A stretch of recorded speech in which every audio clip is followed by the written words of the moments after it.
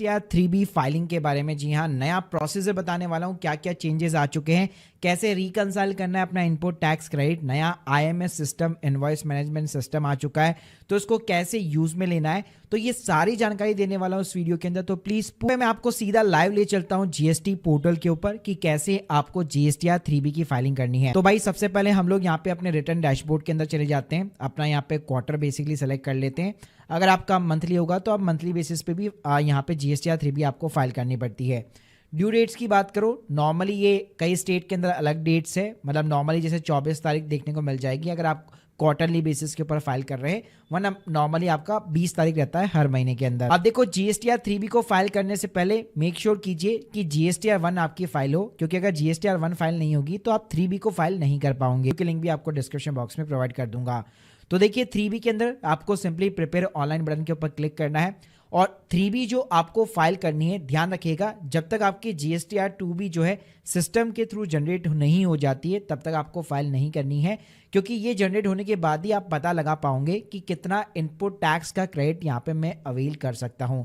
तो अपने आप ये जनरेट होने दीजिएगा, उसी के बाद में आपको फाइल कीजिएगा। नॉर्मली जो है 14-15 तारीख के बाद में आपकी GSTR 2B आराम से जनरेट हो जाती है। अब यहाँ पे देखेंगे तो कई सारी टेबल्स यहाँ पे सिंपली आपको दिखने वाली है और यहाँ पे जो डेटा होता है ऑटोमेटिकली आपको प्रीफिल्ड देखने को मिलने वाला है। अब ये डेटा आ कहां से रहा है, तो ये डेटा आता है आपका सिंपली GSTR 1 के थ्रू। तो देखो यहाँ पे सबसे पहला जो कॉलम होता है 3.1, जिसके अंदर टोटल आपको अपनी सेल और उसके ऊपर कितना आपका CGST, IGST या जो भी आपका टैक्स का अमाउंट है वो आपको दिखाना होता है। तो यहाँ पे अगर मैं क्लिक करूंगा तो यहाँ पे आप देख सकते हो टोटल टैक्सेबल वैल्यू हो गई, CGST हो गया, IGST हो गया या फिर SGST हो गया, सब कुछ आपको प्रीफिल्ड मिलेगा। अब ये जो डेटा है वो सिंपली आपकी GSTR 1 से आ रहा है। GSTR 1 के अंदर आपने जो भी अपनी B2B या B2C की जो सेल दिखा रखी है वहीं से पूरा डेटा पिकअप होके यहाँ पे आपको दिखाई देगा। तो भाई ये टोटल आपकी 3 महीने की सेल आ गई और ये टोटल आपका टैक्स का अमाउंट आ गया। अगर आप मंथली बेस पे फाइल कर रहे हैं तो आपका मंथली टर्नओवर आ गया। इसी तरह से गाइस इसके अंदर एक और इंपॉर्टेंट कॉलम है, वो है 3.2 करके। अगर आपका मान लीजिए B2C का बिजनेस है और अगर आप इंटर स्टेट यहाँ पे सप्लाई करते हैं, आपने GSTR 1 के अंदर प्रॉपर जो है स्टेट वाइज यहाँ पे सेल दिखा रखी है, तो इस 3.2 के कॉलम में भी आपको यहाँ पे स्टेट वाइज जो है टर्नओवर हो गया और कितना IGST का अमाउंट है वो आपको सिंपली यहाँ पे देखने को मिल जाएगा। इसके अलावा भाई GSTR 3B के अंदर जो इंपॉर्टेंट कॉलम रहता है वो आपका ITC का रहता है, जिसको हम लोग इनपुट टैक्स क्रेडिट बोलते हैं, जो कि एलिजिबल ITC के अंदर आपको दिखाने वाला है। तो इस कॉलम के ऊपर अगर आप क्लिक करेंगे तो यहाँ पे डेटा ऑटोमेटिकली आपको प्रीफिल्ड मिलने वाला है। अब ये डेटा कहां से आ रहा है, चलिए पता लगाते हैं। तो भाई ITC के डेटा को यहाँ पे प्रॉपर डिटेल के अंदर रीड करने के लिए वापस जो है आपको अपने रिटर्न डैशबोर्ड के अंदर जाना पड़ेगा और GSTR 3B की जगह आपको GSTR 2B अपनी यहाँ पे ओपन कर लेनी है। तो यहाँ पे आप देख सकते हैं GSTR 3B के अंदर यहाँ पे जो भी आपका ITC का डेटा आता है वो GSTR 2B के थ्रू आता है और यहाँ पे आप प्रॉपर ऑल टेबल्स के अंदर देख सकते हैं कि आपका कितना इनपुट टैक्स क्रेडिट कौन कौन सी फर्म के थ्रू यहाँ पे पास हो रखा है। और आप चाहो तो इसको एक्सेल शीट को डाउनलोड करके प्रॉपर आप यहाँ पे रिकंसाइल कर सकते हो कि मैंने जहां से भी परचेसिंग की थी, जो भी मेरे पास परचेस के बिल है, क्या वो सारे बिल्स के जो GST है वो यहाँ पे मेरे को दिखाई दे रहे कि नहीं दे रहे। तो इस तरह से आप प्रॉपर यहाँ पे रिकंसाइल भी कर सकते हो। अब यहाँ पे मैं आपको एक नया फीचर बताने जाने वाला हूँ जिसको हम लोग IMS बोलते हैं, इनवॉइस मैनेजमेंट सिस्टम। तो अगर आप अपने सर्विस वाले टैब के अंदर जाएंगे तो रिटर्न्स के अंदर ही आपको इनवॉइस मैनेजमेंट सिस्टम दिखने वाला है। तो देखिए ये जो इनवॉइस मैनेजमेंट सिस्टम है 14 अक्टूबर 2024 से यहाँ पे एप्लीकेबल हो चुका है और अक्टूबर की फाइलिंग जब आप नवंबर में करेंगे तब आपको यहाँ पे एक्शन लेना पड़ेगा। तो देखिए यहाँ पे होने क्या वाला है, यहाँ पे सिंपली आपका जितना भी इनपुट टैक्स क्रेडिट है वो यहाँ पे आपको दिखाई देने वाला है।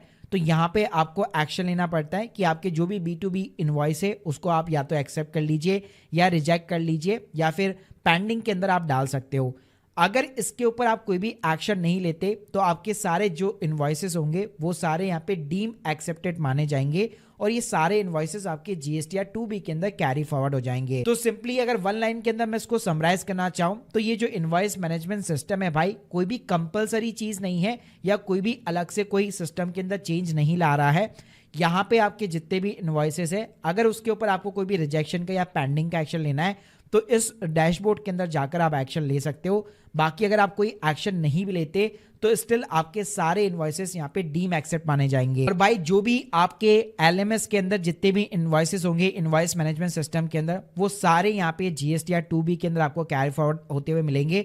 और वहां पे जो भी इनवॉइसेस एक्सेप्ट हो रखे वो सबका यहाँ पे आप प्रॉपर इनपुट टैक्स क्रेडिट यहाँ पे अवेल कर सकते हो। तो इस तरह से आप चाहो तो आईएमएस के अंदर पहले सारे अपने इनवॉइसेस को चेक कर सकते हो, फिर जीएसटीआर 2B के थ्रू चेक कर सकते हो, फिर आपको जीएसटीआर अपनी 3B के अंदर आना है और एलिजिबल जो आईटीसी वाला कॉलम है यहाँ पे प्रॉपर आपको अपना अमाउंट देखने को मिल जाएगा कि ये जो अमाउंट है वो आपका किस किस पार्टी से कितना अमाउंट यहाँ पे आपको रिफ्लेक्ट हो रहा है। अब गाइस यहाँ पे आपको कुछ भी चेंज करने की जरूरत नहीं है, सिंपली यहाँ पे आपको जो है कंफर्म कराना है और यहाँ पे आपकी आईटीसी आ जाती है।